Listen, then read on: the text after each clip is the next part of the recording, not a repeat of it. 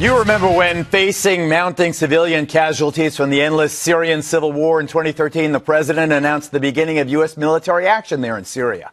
But President Obama promised at the time, as you recall, that there would be no U.S. ground troops involved. Many of you have asked, won't this put us on a slippery slope to another war? My answer is simple. I will not put American boots on the ground in Syria. Today, the White House announcing that there will soon be U.S. boots on the ground, worn by some of our best special operators. But fewer than 50 of them are being deployed to Syria, officially to advise and assist the good rebels fighting ISIS. Here's how spokesman Josh Earnest explained the apparent reversal. In September of 2013, the president was receiving questions about what the United States was prepared to do, given our insistence that President Assad had to go, that he'd lost legitimacy to lead. And the president was making the point that he was not prepared to put boots on the ground to take down the Assad regime. Again, that is precisely the mistake that the previous administration made. The quote that you pulled there is a very different situation. Different situation, same country. My issue isn't so much that the president is reversing his position, which he clearly is, despite what Josh Earnest just said. My issue is whether 50 of even the world's best fighters is too few and too late, Meghan. I agree. President Obama has absolutely no strategy. He's still, one thing that Hillary Clinton and General Petraeus have all said is that we need to get rid of we need to start having no-fly zones, which I agree with. So Bashar al-Assad can stop barrel bombing his people. If anyone knows President Obama's foreign policy plan and can explain it to me, you should have them on this show because I don't understand it. But you know, Eric, in the surge, and I was there in 2006, we had 150,000 troops on the ground. We were losing until we managed to convince the Sunnis to fight against the Sunni al-Qaeda. There is no meaningful or effective or efficient move right now to turn Sunni Syrians into pro-Western, you know what I mean?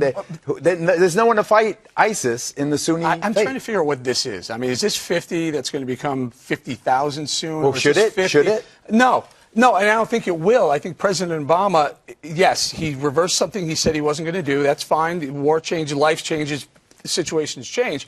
However, what are the Russians looking at right now? You're Putin. You're sending fighters over. You're killing ISIS. You're dropping bombs all over Syria. You're in negotiations on how you're going to fix your side.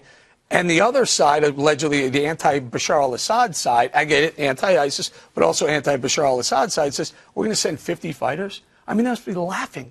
Putin must be laughing at the Obama administration. No strategy, no idea what he's doing, and no chance of succeeding. See, Kimberly, I think we should work hand in hand with the Russians to beat ISIS. ISIS cut our guys' heads off. You think we ISIS should work burned with our Russia? guys. But the only reason, I absolutely do. The only reason I want now, Russia to bomb from this right. parallel up. I want us to bomb from this parallel down. I want to pound ISIS. I want to recruit Sunnis if you can, but if you can't, still punish this extremist group that wants to kill us. But don't you think Putin is teaming up with Bashar al-Assad right now? That's okay with me. Bashar al-Assad is the lesser of the two evils between Bashar al-Assad, the Shiite leader in Damascus, and ISIS, the Sunni extremist. I'll take Assad. But the problem is we're in this position now of having to be subservient. Wow. The U.S. subservient to Russia, and now we're going to have to ask Papa Putin if we can get back and play in our house, in our theater. And this is the problem, because we've already made such a tremendous investment in all of these different areas. And now it becomes, oh, wait a second, is the Obama administration being dishonest? And are they doing this? Well, they haven't had any kind of strategy to begin with. So this is what happens, right? Because power abhors a vacuum. And now we've got Putin in play. Listen, I don't quarrel with the president continuing, by the way, to have special ops and special forces on the ground, because guess what? We've been doing that in Iraq. We just don't telegraph and broadcast it. Greg, I love the video of that raid, seeing those guys. I lament the loss of our hero, the special operator who fell. But I love seeing 70 people who are about to get their heads cut off being freed by our guys. I like that. I want to see more. I want ISIS to look up in the sky every minute, wondering when they're going to get wasted. Well, this is. I want to look in every corner, wondering when a special operator sniper is going to take them. I mean, it's a good point. That guy was a hero, dying what he was doing best, which was rescuing 70 people.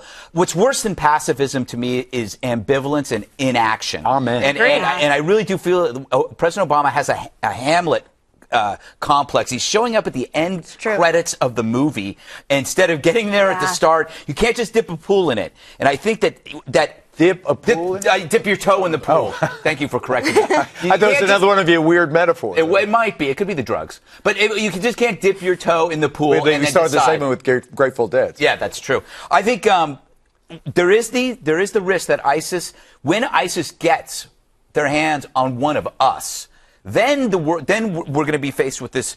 We're going to have to be prepared to completely annihilate the enemy. And we have to accept that. We can't just dip our toe in the pool. And if they happen to grab one of our guys and it gets ugly, we have to say, we can't back down. We have to just say, you're gone, and nuke the hell out of it. I hate that a terrorist organization actually occupies that vast swath of territory, including the city of Mosul. Yeah. And the other thing that's lost is this is the biggest humanitarian crisis since World War II. That is also 4 million people displaced, 250,000 people have been killed.